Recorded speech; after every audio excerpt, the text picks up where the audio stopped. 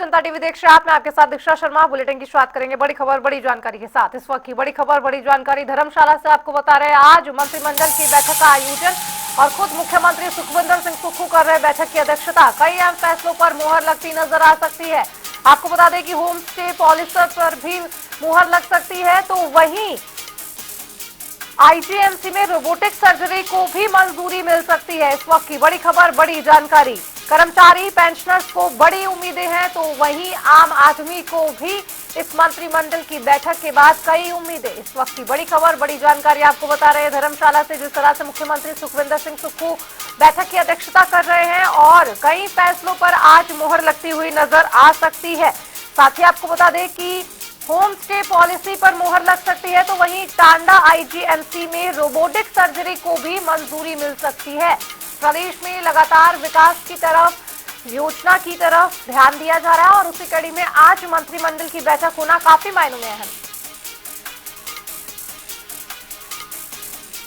आपको बता दें कि कल यानी 25 जनवरी को राजस्व दिवस मनाएगा हिमाचल अपना, और उसी को लेकर आज ये मंत्रिमंडल की बैठक काफी मायनों में अहम, क्योंकि हो सकता है कि जिस तरह की घोषणाएं वहां हो उसको लेकर आज उसी ऐलान को लेकर कुछ मुहर जो है वो यहां लग सकती है। मंत्रिमंडल की बैठक काफी मायनों में है। वहीं आपको बता दें कि महंगाई भत्ते की जब किस्त का ऐलान होगा तो उसकी भी मंजूरी आज मिल सकती है।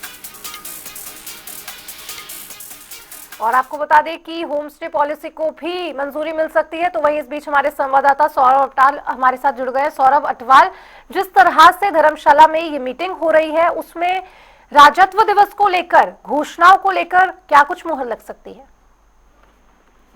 बिल्कुल दीक्षा, देखिए इस तरह से इस मीटिंग का टाइम 11:30-12 बजे के करीब रखा गया था, लेकिन शाम को 4 बजे जो है कल स्टेटहुड डे को लेकर मुख्यमंत्री का जो संबोधन है वो धर्मशाला रेडियो और शिमला रेडियो पर रहने वाला है। इसको लेकर जो है ये मीटिंग तकरीबन सुबह 11 बजे ही शुरू कर दी गई थी। आज के अहम फैसले जो है इस मीटिंग में होने वाले हैं। तकरीबन 3 बजे के करीब जो है ये मीटिंग खत्म होगी और उसके उपरांत जो हर्षवर्धन चौहान है वो आएंगे और वो कहीं ना कहीं प्रेस ब्रीफिंग करेंगे कि इस मीटिंग में कौन से जो अहम फैसले हैं वो लिए गए हैं। जी बिल्कुल सौरभ जी, जिस तरह से राजस्व दिवस को लेकर काफी ज्यादा तैयारियां की जा रही थी, राज्य स्तरीय कार्यक्रम होने वाला है, खुद मुख्यमंत्री ने इसकी कमान संभाली है, और किस तरह से लेकर तैयारियां हैं, क्योंकि मंत्रिमंडल की बैठक काफी मायनों में है। देखिए दीक्षा, एक तो सबसे पहले कि जिस तरह से अहम फैसले जो आज लिए जाने थे, अगर होम स्टे की बात जाए या टांडा मेडिकल कॉलेज में जिस तरह से रोबोटिक सर्जरी को मंजूरी मिलनी थी वो एक अहम फैसला था। इसी के साथ जिस तरह से कल जिला कांगड़ा के बैजनाथ में स्टेट फूड मनाया जा रहा है उसको लेकर भी आज जो है इस मीटिंग में चर्चा की है और इस मीटिंग में जो है ये तय किया गया है कि कल खुद मुख्यमंत्री जो है वो बतौर मुख्य अतिथि के रूप में जो है इस कार्यक्रम में शिरकत करने वाले हैं। तो तमाम इन सभी चीजों पर जो है कैबिनेट की बैठक में जरूर चर्चा हुई होगी। जी बिल्कुल सौरभ, और जिस तरह से अगर बात करें कांगड़ा को लेकर, क्योंकि कांगड़ा को लेकर लगातार विपक्ष दावा करता है कि सौतेला व्यवहार किया जाता है राज्य सरकार की तरफ से, तो उसको लेकर भी काफी ज्यादा घोषणाएं यहाँ पर संभव हो सकती है। बिल्कुल, देखिए दीक्षा, जिस तरह से पिछले कुछ समय से मुख्यमंत्री जो है अपने शीतकालीन प्रवास को लेकर जिला कांगड़ा के दौरे पर है और जिला कांगड़ा के विभिन्न क्षेत्रों में जो है वो जा रहे हैं। जिस तरह से अगर बात की जाए तो जवाली, फतेहपुर, नूरपुर में जो है मुख्यमंत्री का दौरा था और इस दौरान भी मुख्यमंत्री ने जो है करोड़ों रुपए के शिलान्यास और उद्घाटन जो यहाँ पर किए गए हैं, इसको लेकर जो विपक्ष है वो भी कहीं ना कहीं प्रदेश सरकार पर हमलावर है कि इतने जो शिलान्यास वगैरह किए जा रहे हैं वो सब केंद्र की ओर से किए जा रहे हैं। लेकिन मुख्यमंत्री का ये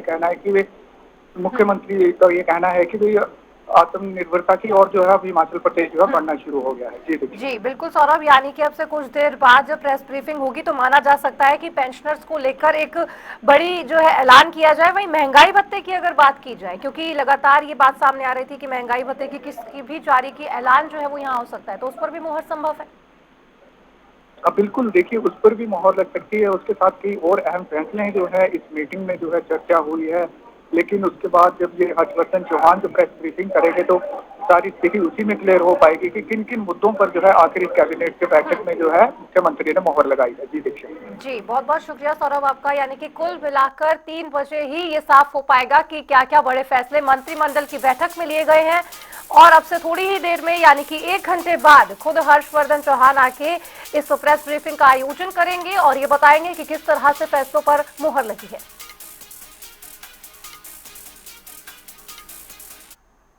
बढ़ेंगे आगे, रुक करेंगे खबरों का, जहां लोक निर्माण विभाग मंत्री विक्रमादित्य सिंह ज्वालामुखी पहुंचे, जहां उन्होंने विधायक राज्य रत्न के साथ माता ज्वाला की पवित्र ज्योति के दर्शन किए, आशीर्वाद लिया। मंदिर न्यास सदस्य और पुजारी अरविंद शर्मा ने विधिवत पूजा अर्चना करवाई। वहीं मंदिर न्यास की तरफ से उन्हें माता की चुनरी और माता ज्वाला की तस्वीर भी भेंट की गई है। विक्रमादित्य सिंह ने मंदिर में बनी यज्ञशाला में हवन की आहुतियां भी डाली। आपको बता दें कि आज ज्वालामुखी पहुंचे थे विक्रमादित्य सिंह, जहां पर मंदिर में दर्शन करते नजर आए, हवन यज्ञ में भी शामिल हुए। और ये तस्वीरें आपको दिखा रहे हैं किस तरह से लोक निर्माण विभाग मंत्री ज्वालामुखी देवी पहुंचे और माता का आशीर्वाद लिया।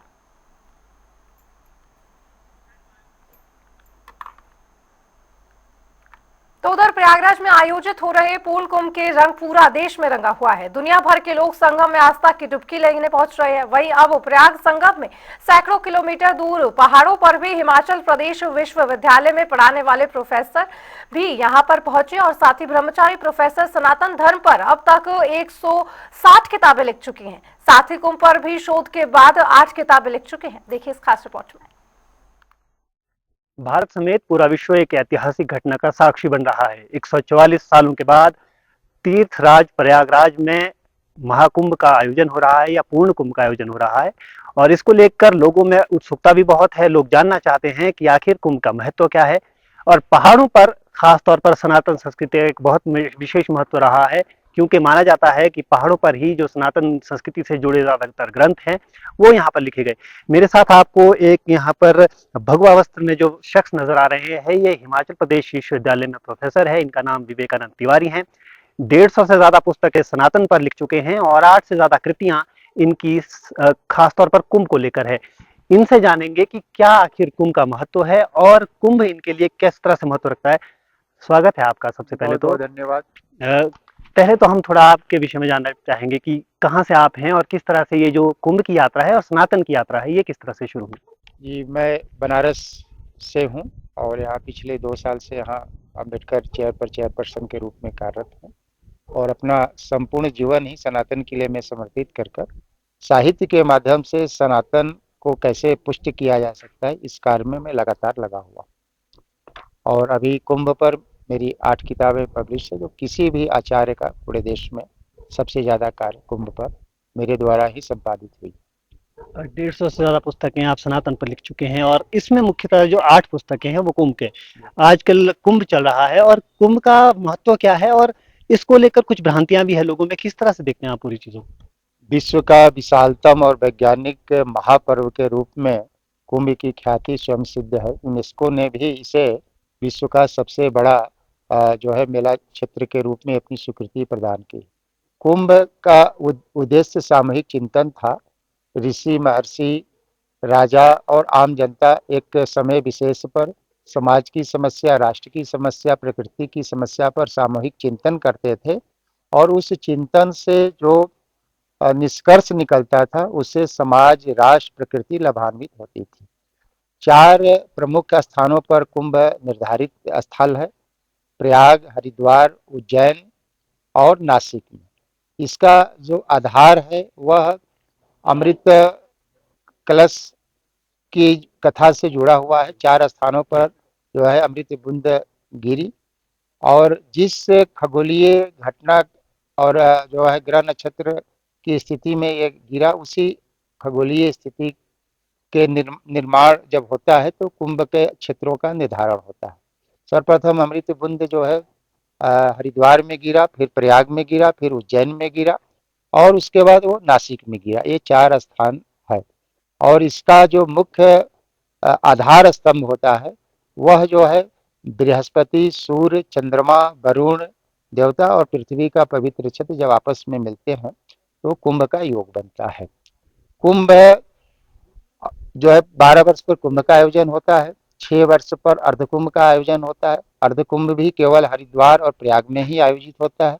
उसमें भी केवल प्रयाग में ही जो है अर्धकुंभ के समय में जो है साधु सन्यासी अखाड़े उपस्थित होते हैं। हरिद्वार में जब अर्धकुंभ का योग बनता है उस समय उज्जैन में कुंभ का योग बनता है, तो सारे नागा साधु संत अखाड़े जो है उस समय उज्जैन में जो है कुंभ में सम्मिलित होते हैं। इस प्रकार से केवल व्यवहारिक दृष्टि से अगर देखा जाए तो प्रयाग में ही कुंभ का आयोजन होता है। प्रयाग कुंभ का विशेष महात्म है क्योंकि यह गंगा यमुना सरस्वती के संगम पर जो है आयोजित होता है। अभी जो है 144 वर्षों के बाद ऐसा योग बन रहा है जिसको पूर्ण कुंभ के रूप में कहा जाएगा। और ये बड़ा सौभाग्य का विषय है कि जब से कुंभ का आयोजन हो रहा तभी से एक महीने माघ का महीना प्राप्त हो रहा है। यह दुर्लभतम जो है संयोग बनता है। योग में जो भी तप दान यज्ञ आदि करता है उसका अच्छा लाभ प्राप्त होता है। जी, आखिरी सवाल है आपसे, थोड़ा सा प्रिसाइसली बताएं कि जो आपकी किताबें हैं खासतौर पर कुंभ को लेकर, उसमें क्या बताने की कोशिश आपने किया? हमारे अलग अलग विषयों को हमने लिया है। सनातन समागम महाकुंभ है, सामाजिक समरसता और महाकुंभ है, सनातन धर्म के रक्षक अखाड़े हैं, और पहली बार मैंने देश में काम किया है दैवीय शक्ति संपन्न किन्नर और किन्नर अखाड़े। तो यह कुंभ जो है सामाजिक समरसता का भी बहुत बड़ा संदेश देता है। और ये सामाजिक समरसता अगर देखना हो किसी को तो वो कुंभ के आयोजन में अवश्य जाए। बहुत बहुत धन्यवाद हमसे बातचीत करने के लिए। आपका भी धन्यवाद। तो आपने विवेकानंद तिवारी जी को सुना, जो प्रोफेसर हैं और खुद ब्रह्मचारी हैं और भगवा वस्त्र में यही संदेश दे रहे हैं कि भारतीय संस्कृति केवल विश्व उत्थान और विश्व कल्याण की कामना करती है, और यही जो संदेश है वो पूर्ण कुंभ भी दे रहा है। रॉबिन शर्मा, जनता टीवी, शिमला। तो उधर राष्ट्रीय कृषि और ग्रामीण विकास बैंक हिमाचल प्रदेश में वित्तीय वर्ष 2025 से 26 में हिमाचल प्रदेश को करोड़ों का ऋण मुहैया करवाएगा। साथ ही ऋण प्रवाह बीते वर्ष के मुकाबले 22.5% बढ़ाया गया है। साथ ही नाबार्ड की मुख्य प्राथमिकता कृषि क्षेत्र को मजबूत करना है और सबसे ज्यादा ऋण कृषि और कृषि से समझौता विकास परियोजना के लिए दिए जाएंगे। मुख्य सचिव प्रबोध सक्सेना ने नाबार्ड का स्टेट फोकस पेपर जारी कर दिया है और उम्मीद जताई है कि प्रदेश में नाबार्ड के सहयोग से विकास कार्यों में तेजी आएगी। इस मौके पर नाबार्ड के सीजीएम डॉक्टर विवेक पठानिया ने कहा कि सरकार के साथ मिलाकर नाबार्ड बुनियादी ढांचे के विकास के लिए महत्वपूर्ण काम कर रहा है। इस बार भी 900 करोड़ का प्रावधान किया गया है, जिसमें ग्रीन राज्य की तरफ फोकस रहेगा। देखिए, मैंने जैसा कहा कि इन्होंने बहुत महत्वाकांक्षी क्रेडिट प्लान दिया है, जो कि बहुत अच्छी बात है। और नाबार्ड जो है वो बहुत हमारा महत्वपूर्ण और बहुत सशक्त साथी रहा है। तो लेकिन ये प्रायोरिटी सेक्टर की बात है, एग्रीकल्चर की बात है, तो इसके बाद भी बहुत सा क्रेडिट फ्लो है जो कि इन डाटाज में ऑब्वियसली नहीं है। तो उन दोनों को भी अगर हम मिला लें तो संख्या अच्छी होती है। लेकिन जैसा कि मैंने अपने अभिभाषण में भी कहा कि वही आगे बढ़ सकता है जहां प्राइवेट इन्वेस्टमेंट ज़्यादा हो। पब्लिक इन्वेस्टमेंट, कोई देश से पब्लिक इन्वेस्टमेंट के बल पे नहीं चल सकता। पब्लिक इन्वेस्टमेंट का मतलब गवर्नमेंट स्पेंड। नाबार्ड जो है हर साल अपने स्टेट में फाइनेंशियल और नॉन फाइनेंशियल इंटरवेंशंस करता है। अगर हम फाइनेंशियल इंटरवेंशंस की बात करें तो पिछले साल हमने लगभग 4000 करोड़ की फाइनेंशियल इंटरवेंशन किए हैं। इसमें मुख्यतः हमारा होता है रिफाइनेंस, जो कि पिछले साल हमने state cooperative bank, regional rural banks के लिए हमने कंसेशनल रिफाइनेंस जो है 4.5% का लगभग 2200 करोड़ का फंडिंग की हुई है। इसके अलावा ये शॉर्ट टर्म है। इसके अलावा लॉन्ग टर्म फंडिंग जो कैपिटल फॉर्मेशन में हम यूज करते हैं वो भी कंसेशनल फंडिंग है नाबार्ड से 5.25% पे। वो हमने 650 करोड़ का फंडिंग किया है स्टेट कोऑपरेटिव बैंक्स और रीजनल रूरल बैंक्स को।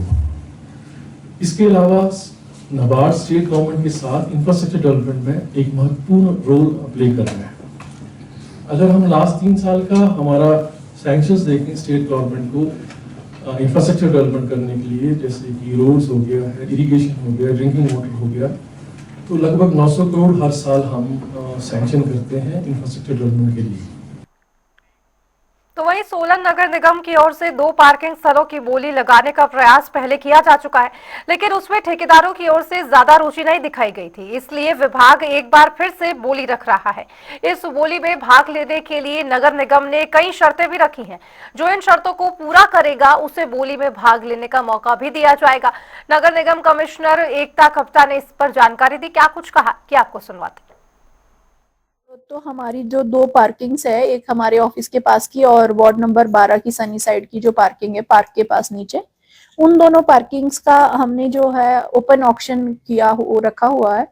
तो ओपन ऑक्शन में मेरी सब लोगों से गुजारिश है जो भी ये काम लेना चाहते हैं कि वो आए इसमें पार्टिसिपेट करें, क्योंकि हम इसको पहले भी कई बार ऑक्शन कर चुके हैं तो हमारे पास जो है पार्टिसिपेंट्स इसमें आ नहीं रहे थे कि फेयर कंपटीशन जो है वो नहीं हो पा रहा है।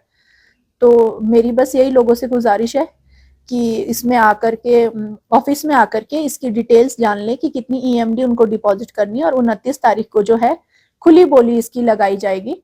लेकिन उससे पहले उसी दिन उन लोगों से कुछ जो है ईएमडी के तौर पे कुछ पैसे ले जाएंगे। तो उसकी जो भी सब शर्तें और जानकारी है वो निगम के ऑफिस में आके कोई भी एक दिन पता कर ले, और फिर 29 तारीख को 11 बजे जो है वो ओपन ऑक्शन में जरूर पार्टिसिपेट करें।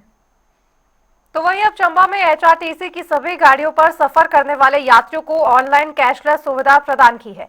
आपको बता दें कि हिमाचल पथ परिवहन निगम की किसी भी गाड़ी में यात्री कैश नहीं होने की स्थिति में अपने गूगल पे, फोन पे या फिर अन्य किसी भी यूपीआई जैसी सुविधा से पैसों का भुगतान कर सकता है और अपने गंतव्य पर जा सकता है। ये जानकारी एचआरटीसी चंबा के मुख्य प्रबंधक ने दी है और उन्होंने कहा कि चंबा जिले के 174 रूटों पर चलने वाली एचआरटीसी की सभी बसों में इस सुविधा को लागू कर दिया गया है। निगम में किराए के भुगतान के लिए जैसे पहले सिंपली हम कैश पेमेंट देते थे और उसके अगेंस्ट में टिकट लेते थे, अब इस भुगतान की सुविधा हेतु निगम में यूपीआई के माध्यम से, डेबिट क्रेडिट कार्ड के माध्यम से या फिर एचआरटीसी द्वारा ही एक एनसीएमसी कार्ड दिया जा रहा है। इसके माध्यम से ऑनलाइन पेमेंट अपने किराए का भुगतान कर सकते हैं। इस सुविधा से एक तो लोगों में जो दुविधा पैसे खुले रखने की होती थी वो भी नहीं रहेगी। तो उधर शिमला के कारोबारी के पास घरेलू सहायिका के रूप में काम कर रही आदिवासी मजदूर की एक बेटी आज अपनी कला के दम पर खुद अपना नाम बना रही है। मूल रूप से झारखंड की रहने वाली वनीता अपनी पेंटिंग और अन्य कलाकृतियों से अमीर लोगों के ड्राइंग रूम की शोभा को बढ़ा रही है। फॉर्मल तौर पर कलाकारों की कोई शिक्षा न लेने के बावजूद अपनी कला से विनीता ने न केवल अपनी पहचान के साथ परिवार को वित्तीय मजबूती की सहायता दी, बल्कि देश जब राष्ट्रीय बालिका दिवस मना रहा है इसके मायने भी सार्थक कर रही है। वनीता है, बाय बर्थ मैं शिमला से हूँ, बेसिकली मैं झारखंड से हूँ और मैं यहाँ तकरीबन 24 साल से रह रही हूँ इस जगह पर। ये मैंने स्कूल पे भी मैं जैसे ड्राइंग्स करती थी, फिर जैसे 2019 में मैं यहाँ पंकज मल्होत्रा के घर पर जैसे मैं काम भी करती हूँ तो मैंने यहाँ पर रहना शुरू किया। तो जैसे इनको पता था कि मैं तो उधर हमीरपुर में कामगारों के लिए जागरूकता और साथ ही आवश्यक सामग्री विवरण कार्यक्रम का आयोजन किया गया, जिसकी अध्यक्षता बोर्ड के अध्यक्ष नरदेव कंवर ने की। कार्यक्रम में मुख्यमंत्री के राजनीतिक सलाहकार सुनील शर्मा बिट्टू ने भी शिरकत की। इस दौरान सैकड़ों कामगारों को इंडक्शन चूल्हे वितरित भी किए गए। वहीं मुख्यमंत्री के राजनीतिक सलाहकार ने कहा कि ये सोनिया गांधी और मनमोहन सिंह जी की सोच है, जिसे आज कामगार मजदूरी के पैसे मिलने के साथ अन्य सुविधाएं भी मिल रही हैं। आज की तारीख में ऐसे राजनीति के आगे हैं क्योंकि जो इतिहास को बदलना चाहते हैं। अभी यहां पर कहा कोई कमीशन के एजेंट आगे केवल मात्र एक फॉर्म भर करके वो आपको ये जताना चाहते हैं, वो आपको ये बताना चाहते हैं कि उनके फॉर्म भरने से आपको पैसा दिया जाता है। बिल्कुल गलत बात है। आपका पैसा, आपकी मेहनत श्रीमती सोनिया गांधी जी और मनमोहन गांधी जी की सोच है। आप उन लोगों के बहकावे में ना आए। और मैं चेयरमैन नरदेव कंवर जी से एक निवेदन करना चाहूंगा कि नरदेव कंवर जी, आप एक कैलेंडर बनाएं जिसमें मनरेगा का इतिहास लिखें, उसमें श्रीमती सोनिया गांधी जी, मनमोहन सिंह जी और हमारे आदरणीय मुख्यमंत्री ठाकुर सुखविंदर सिंह सुक्खू जी जो उस नई योजना को एक नए तरीके से, सुविधाजनक तरीके से आपके घर घर में पहुंचा रहे हैं, उस कैलेंडर में कामगार का, इस बोर्ड का इतिहास लिखा होना चाहिए कि ये आपका पैसा जो करोड़ों रुपए से मदद आपको मिलती है, इसके पीछे श्रीमती सोनिया गांधी जी की दिमाग था। और चलिए बुलेटिन में फिलहाल इतना है, लेकिन खबरों का सिलसिला जनता टीवी पर लगातार जारी है। नमस्कार।